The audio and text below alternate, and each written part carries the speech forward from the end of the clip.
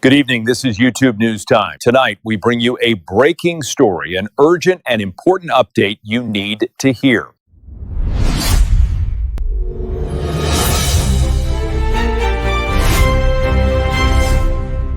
Good evening. It's the biggest heist since the Mona Lisa was stolen 114 years ago.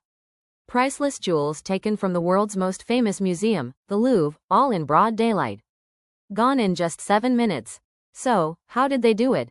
The thieves were extremely clever. They chose a location in the Louvre where construction was already underway. People simply assumed these individuals were part of the construction team.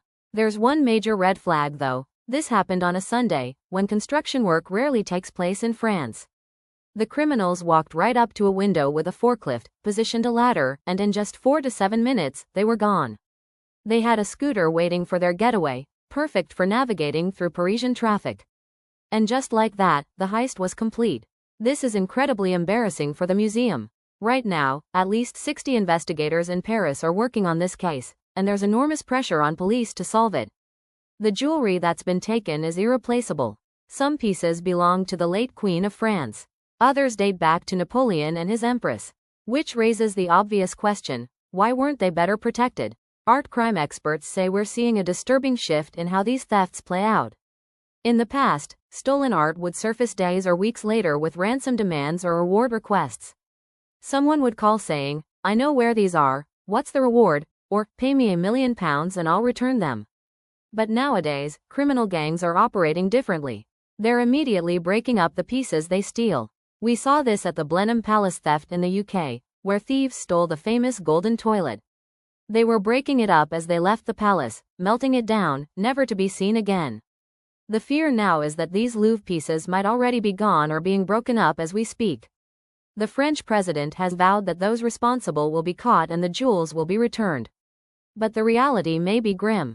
The criminals are desperately trying to hide evidence of their crime right now.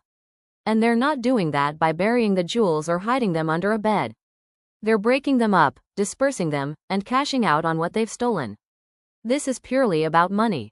When the Mona Lisa was stolen in 1911, that was politically motivated. But this is different. Criminal gangs, many from Eastern Europe, are operating across the continent right now. Europe has a serious problem with jewelry thieves hitting museums everywhere. And this is a wake-up call, because if you can hit the Louvre, you can hit anything. What makes this even more tragic is that these thieves don't understand, or don't care about, what they're destroying. The real value of these pieces lies in keeping them intact. Their historical significance, their cultural importance to the Louvre and to everyone who loves art and history, none of that matters to them. All they care about is money. They'll break up these priceless pieces and sell the jewels to buy luxury cars or drugs. And that's the real crime here. The head of security at the Louvre is undoubtedly under enormous pressure tonight. This story has all the makings of a Hollywood movie, but the reality is far more devastating. For now, all we can hope is that somehow, against the odds, those priceless jewels are recovered intact. This is Jesse Geen reporting.